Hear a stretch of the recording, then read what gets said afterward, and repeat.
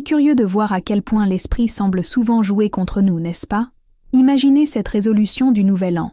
Commencez une routine d'exercice, mais tout à coup vous vous retrouvez à opter pour un film sur le canapé.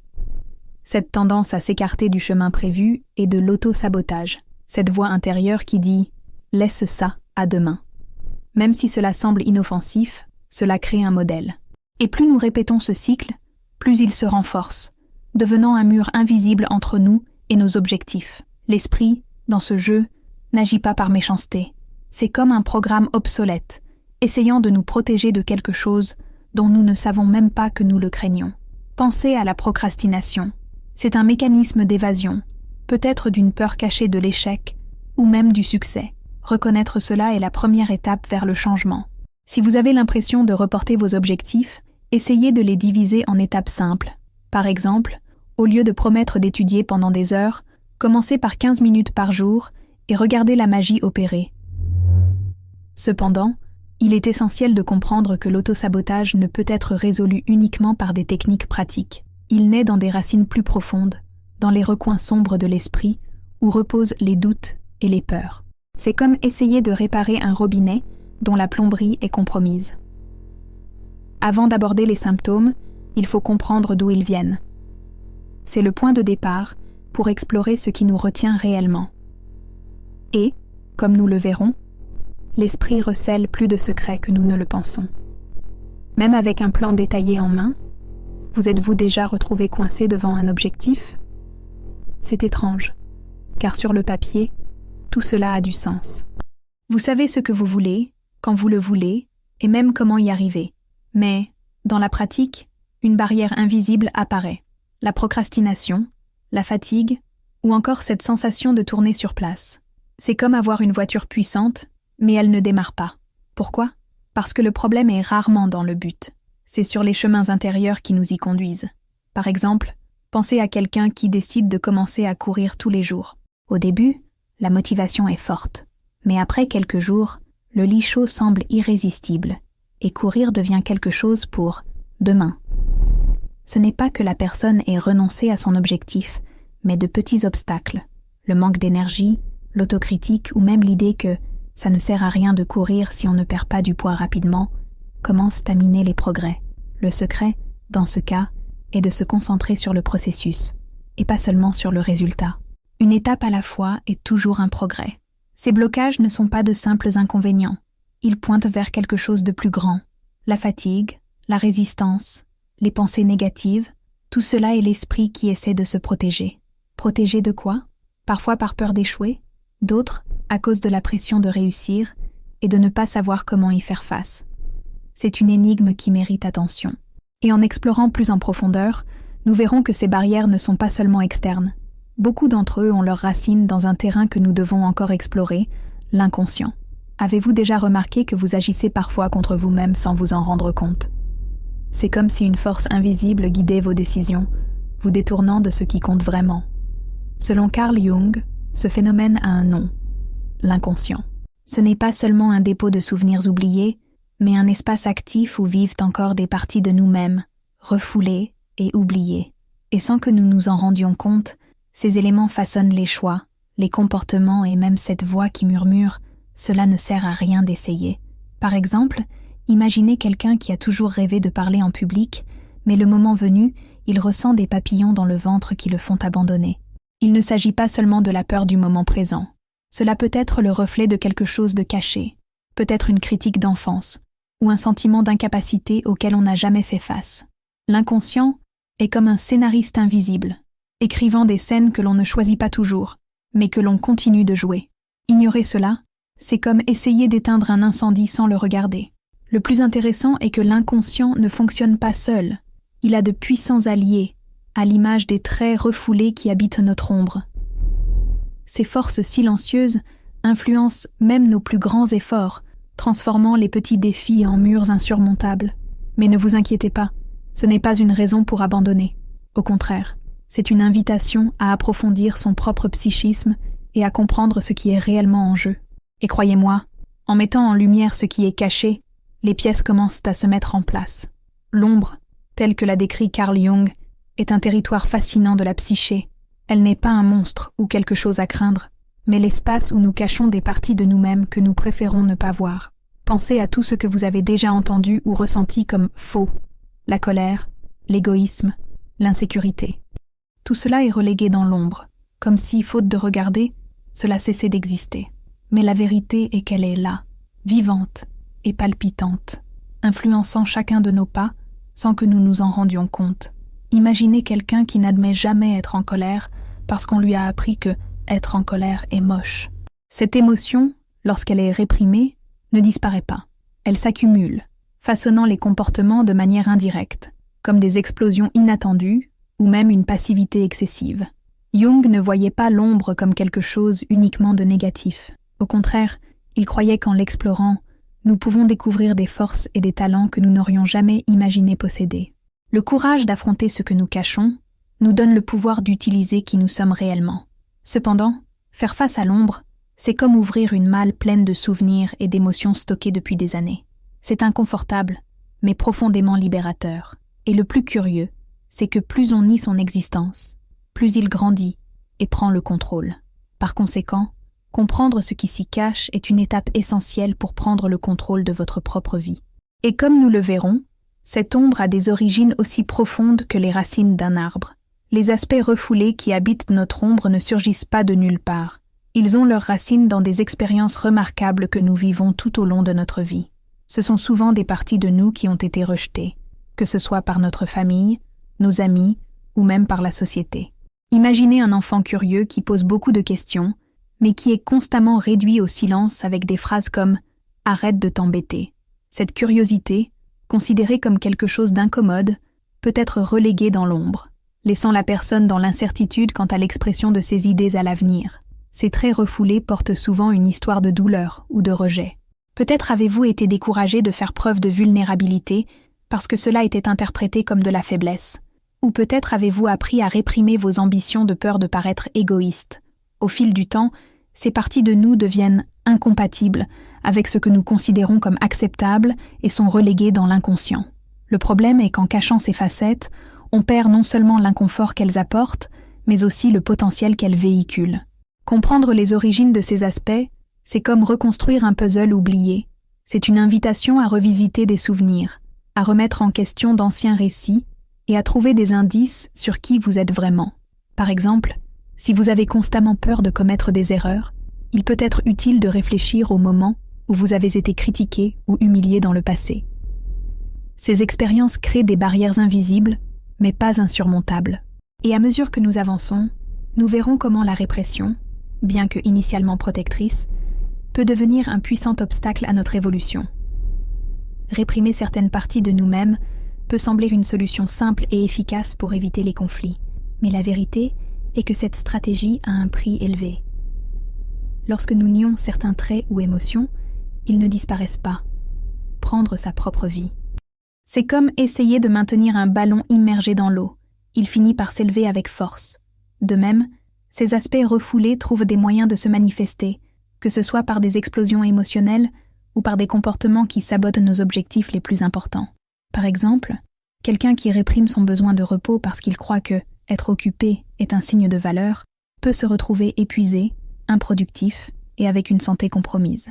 Un autre exemple est celui de quelqu'un qui réprime la peur, feignant un courage constant.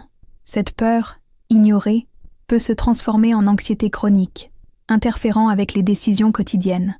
Lorsque nous donnons de l'autonomie à ces traits refoulés, ils agissent hors de notre contrôle conscient, créant un conflit interne qui nous empêche de progresser de manière saine et cohérente.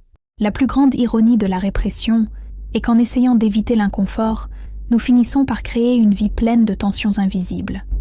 Les parties de nous que nous ignorons continuent d'influencer nos comportements et nos décisions, comme des acteurs de fond qui changent le cours de l'histoire, sans que nous nous en rendions compte. Pour briser ce cycle, il est essentiel de commencer à reconnaître ces schémas et de les mettre progressivement en lumière. Car, comme nous le verrons, c'est précisément cette résistance interne qui alimente l'auto-sabotage. Voici le texte du 7e point. L'auto-sabotage en action. L'auto-sabotage est comme un fantôme invisible, toujours présent mais difficile à identifier. Elle n'arrive pas pour annoncer ses intentions. Au lieu de cela, il se déguise en procrastination, en doute ou en choix qui, à première vue, semblent inoffensifs.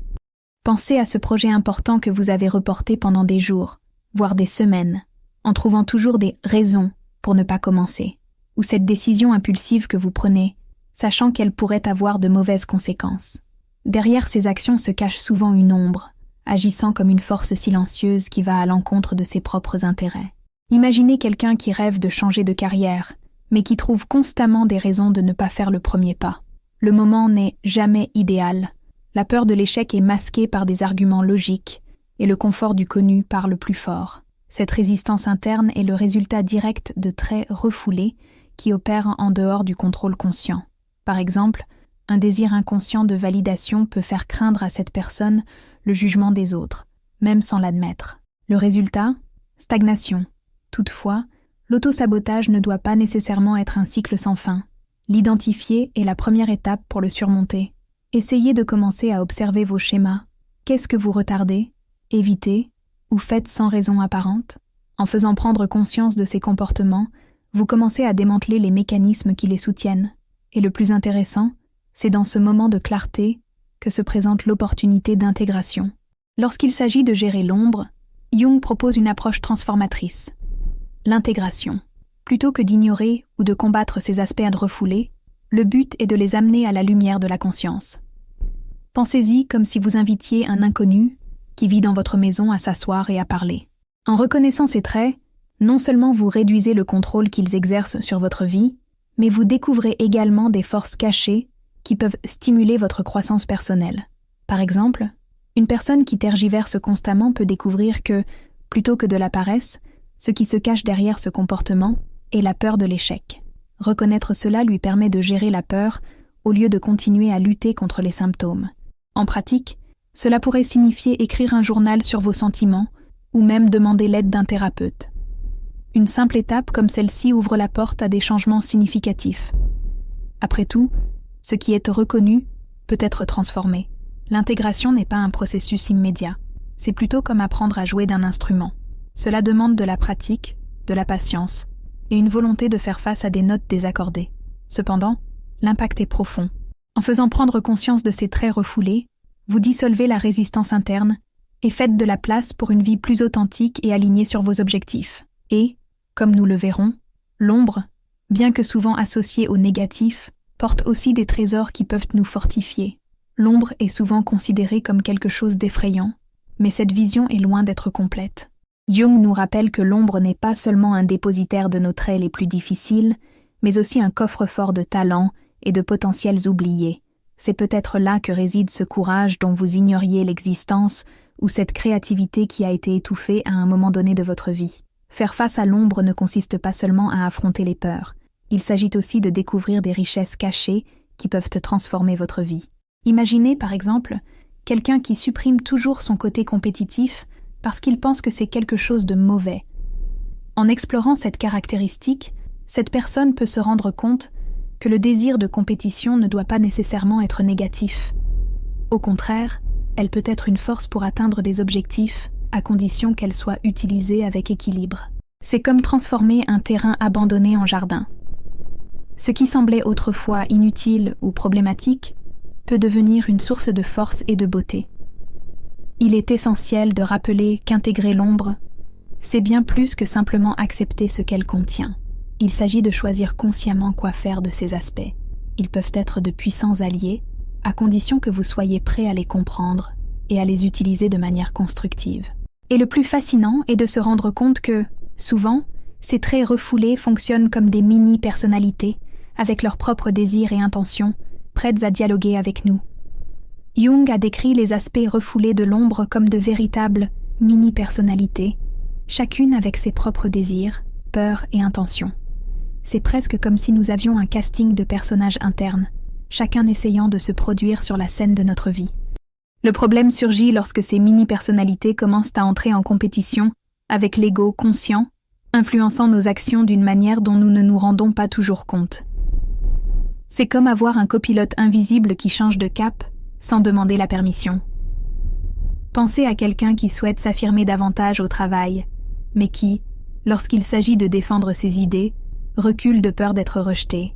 Cette hésitation est peut-être la voix d'une partie refoulée, qui, à un moment donné, a appris que trop parler peut vous attirer des ennuis. Cette mini-personnalité, façonnée par les expériences passées, agit pour protéger, même si de manière dépassée. Identifier ces voix intérieures est la première étape pour réécrire le scénario et prendre le contrôle du récit. Ce qui est fascinant, c'est que ces mini-personnalités ne sont pas des ennemis. Ce sont des parties de nous qui, une fois intégrées, peuvent apporter sagesse et équilibre.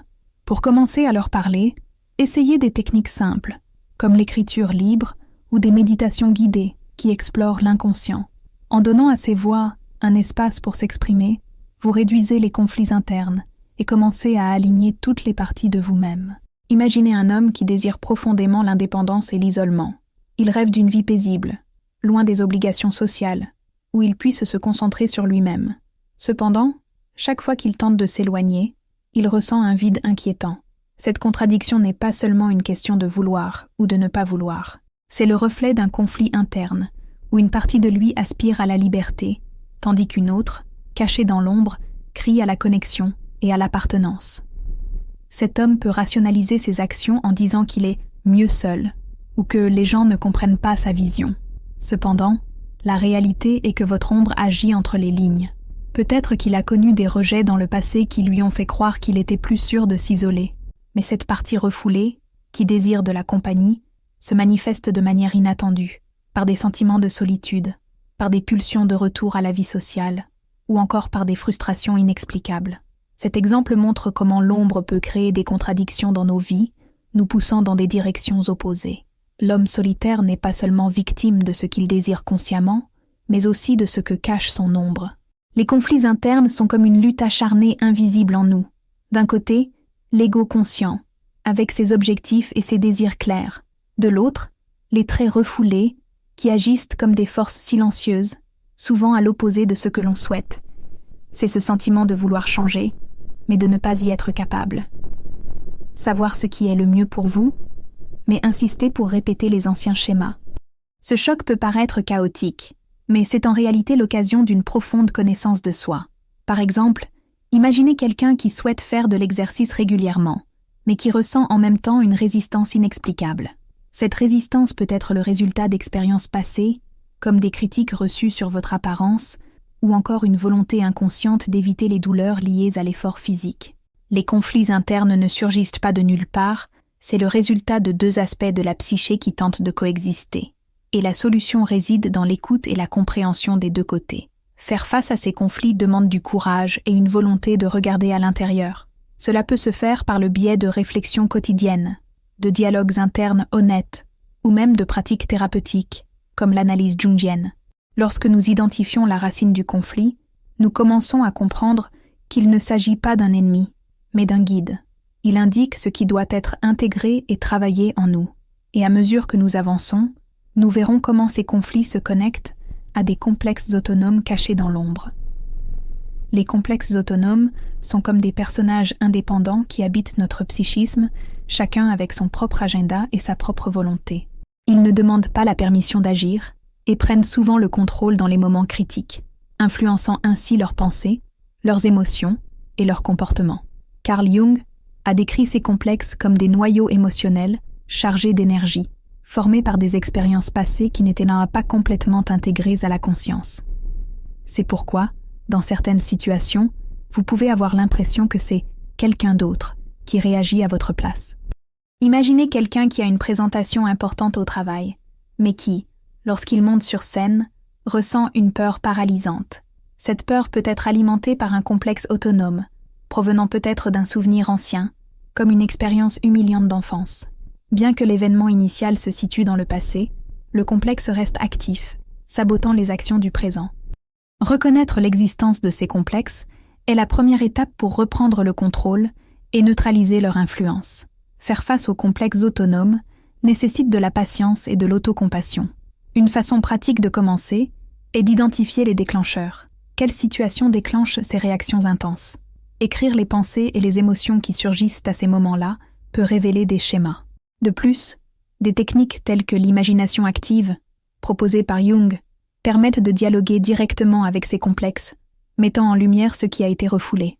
À mesure que nous illuminons ces ombres, nous devenons plus entiers, ouvrant la voie à une confrontation et à une transformation efficace de l'auto-sabotage. Comprendre et affronter l'ombre, c'est comme allumer une lumière dans une pièce sombre. Au début, la vision peut être inconfortable, mais petit à petit, tout devient clair. Carl Jung a soutenu que le processus consistant à amener les contenus obscurs à la conscience est essentiel pour surmonter les schémas d'auto-sabotage. Après tout, nous ne pouvons pas changer ce que nous ne pouvons pas voir. C'est dans cette confrontation que nous commençons à intégrer les parties de nous-mêmes qui étaient auparavant ignorées, ouvrant la voie à une véritable transformation. Pensez à quelqu'un qui se sent constamment inférieur, même s'il est compétent. En explorant son ombre, cette personne peut se rendre compte qu'elle a intériorisé les critiques ou les rejets du passé, les considérant comme des vérités. Reconnaître ces influences est la première étape pour les remettre en question. Une façon pratique de démarrer ce processus consiste à écrire. Prenez un moment pour réfléchir aux peurs, aux comportements récurrents ou aux sentiments inconfortables. Souvent, les réponses que nous cherchons sont cachées dans les questions que nous évitons de poser. Affronter l'ombre ne signifie pas éliminer ces éléments, mais les comprendre et les utiliser à votre avantage. Par exemple, des traits tels que la colère ou la peur, lorsqu'ils sont bien canalisés, peuvent se transformer en énergie pour agir ou en vigilance face à des situations qui nécessitent une attention.